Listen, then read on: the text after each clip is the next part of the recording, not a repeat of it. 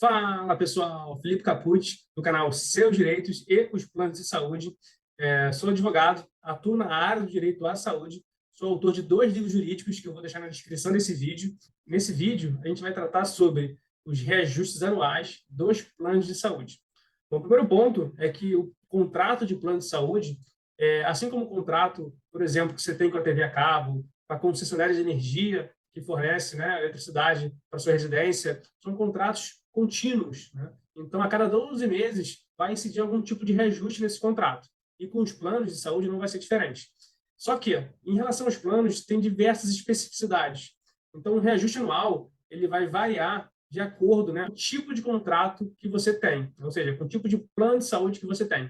Então, nesse primeiro momento, eu vou ajudar a você identificar qual é o contrato de plano de saúde que você tem, que pode ser um plano individual, familiar, antigo ou novo, pode ser um plano coletivo, empresarial ou por adesão.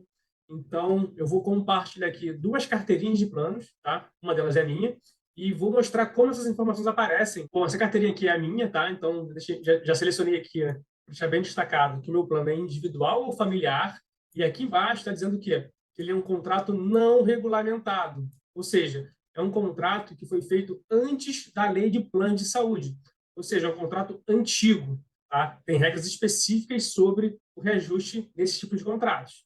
E agora vamos analisar um contrato que é um contrato após a lei de plano de saúde. Essa aqui é uma carteirinha virtual, uma carteirinha digital. No caso que eu mostrei para vocês, a minha carteirinha da Unimed é uma carteirinha física, que vem todas as informações do plano. Essa aqui é uma carteirinha digital, tá? Então você tem que entrar no seu aplicativo, no caso aqui do Bradesco, para ter acesso a essas informações. Eu ocultei algumas informações sigilosas, porque não é minha carteirinha, tá? É de um cliente. A gente vê aqui, ó, é um plano coletivo empresarial e é um plano contratado após a lei de plano de saúde. Tá?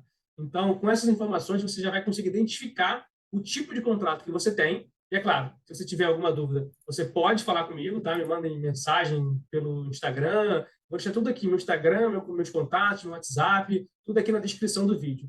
O reajuste anual, a ANS divulga o índice máximo de reajuste para os contratos individuais e familiares. Então, todos os contratos que são novos, que são após a lei de plano de saúde, eles não podem ultrapassar o reajuste máximo determinado pelo INSS.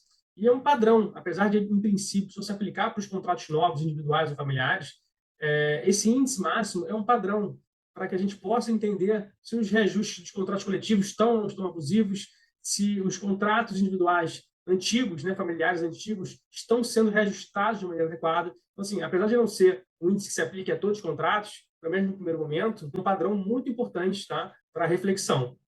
Então, vamos começar por um contrato igual ao meu, que é antigo, tá? Ou seja, antes da lei de plano de saúde, familiar ou individual. Para o meu tipo de contrato, que é antigo, esses reajustes, tá, anuais, eles só podem ocorrer conforme o índice que tiver previsto no contrato. Então, se um contrato tiver IPCA, após 12 meses, o reajuste vai ser com base no percentual do IPCA apurado naquele período. Se for GPM, o GPM. E agora, se o meu contrato não tiver nenhum índice aplicável, ou simplesmente se eu não tiver o contrato e a operadora não fornecer o contrato, tem que ter algum índice, tá? E aí vai ser aplicado o índice máximo da ANS, que o que está vigente, tá, do período a maio de 2022 até abril de 2023 é o 15,5%.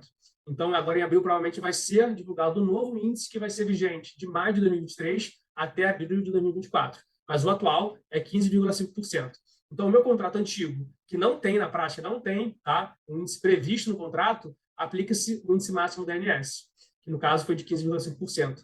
Agora, se você tiver um outro plano, tá, uma outra operadora, Bradesco, Amil, Sul América, tem mais um ou outro, se eu não me engano, que fazem termos de ajustamento de conduta com a ANS. Então, esses contratos antigos dessas operadoras, há um acordo entre o plano e a ANS e se estabelece um índice. Às vezes fica um pouquinho maior, às vezes fica um pouquinho menor, mas está sempre ao redor do índice da ANS. Tá?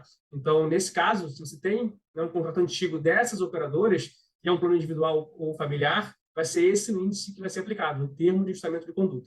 Vamos falar sobre os contratos novos. Tá? Os novos após a lei de plano de saúde, ou então os novos que foram, os antigos que foram adaptados à lei. Porque eu tenho a opção de adaptar o meu contrato antigo à lei. tá? E aí vai seguir a regra dos contratos novos. Então, os contratos individuais ou familiares que são novos ou adaptados à lei de plano de saúde, o reajuste é da seguinte maneira: o plano tem que pedir uma autorização para a ANS autorizando, o índice nunca vai ser superior àquele que a ANS determinar para os planos individuais e familiares. Então, por exemplo, vamos pegar ainda o período de maio de 2022 até abril de 2023, que é esse máximo que está vigente, que é o de 15,5%. Se você tem um plano novo, por exemplo, um Bradesco novo, né, e familiar, o Bradesco pode falar, não, o reajuste desse contrato no período foi 13%, e pode aplicar se a ANS autorizar. Foi 10%, pode aplicar. Foi 15,5%, o máximo da ANS, pode, se a ANS autorizar, pode aplicar. E se for 16%, não pode, porque o índice máximo para planos individuais e familiares novos, nesse período de, deixa eu olhar de novo aqui que eu sempre esqueço, de maio de 2022 até abril de 2023 é 15,5%. Esse é o índice máximo, tá? Então dá para ver que nos contratos individuais e familiares é bem rígido esse controle da ANS sobre o reajuste anual. Diferente do que ocorre nos planos coletivos. Nos planos coletivos, tem uma maior liberdade da operadora em determinar o índice. E quando eu digo maior liberdade, isso não quer dizer arbitrariedade, tá? Todo índice de reajuste anual tem que ser provado para que ele possa ser aplicado. Então, muitas vezes as operadoras aplicam índices abusivos que não conseguem provar, seja administrativamente, seja num processo judicial, e aí o judiciário, óbvio, declara aquele índice abusivo, que muitas vezes chega a 200%, a 150%, ou seja, algo assim impensável, tá? E nesses casos, o plano não consegue demonstrar o cálculo atuarial que foi feito para chegar nesse percentual, e os tribunais acabam declarando realmente a abusividade, a ilegalidade, e determinam a aplicação do índice base da ANS para o individual ou familiar. Então, assim, a gente tem que deixar muito claro, tá? Nos planos coletivos, a operadora de plano de saúde ela tem, sim, certa liberdade para determinar o reajuste. Ela não é obrigada a aplicar o reajuste máximo da ANS, tá?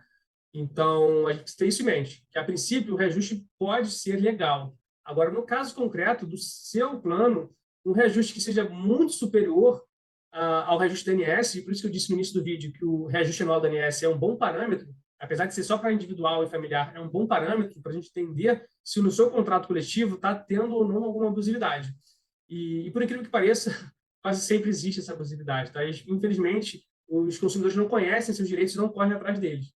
E, bom, pessoal, sobre reajuste é isso, tá?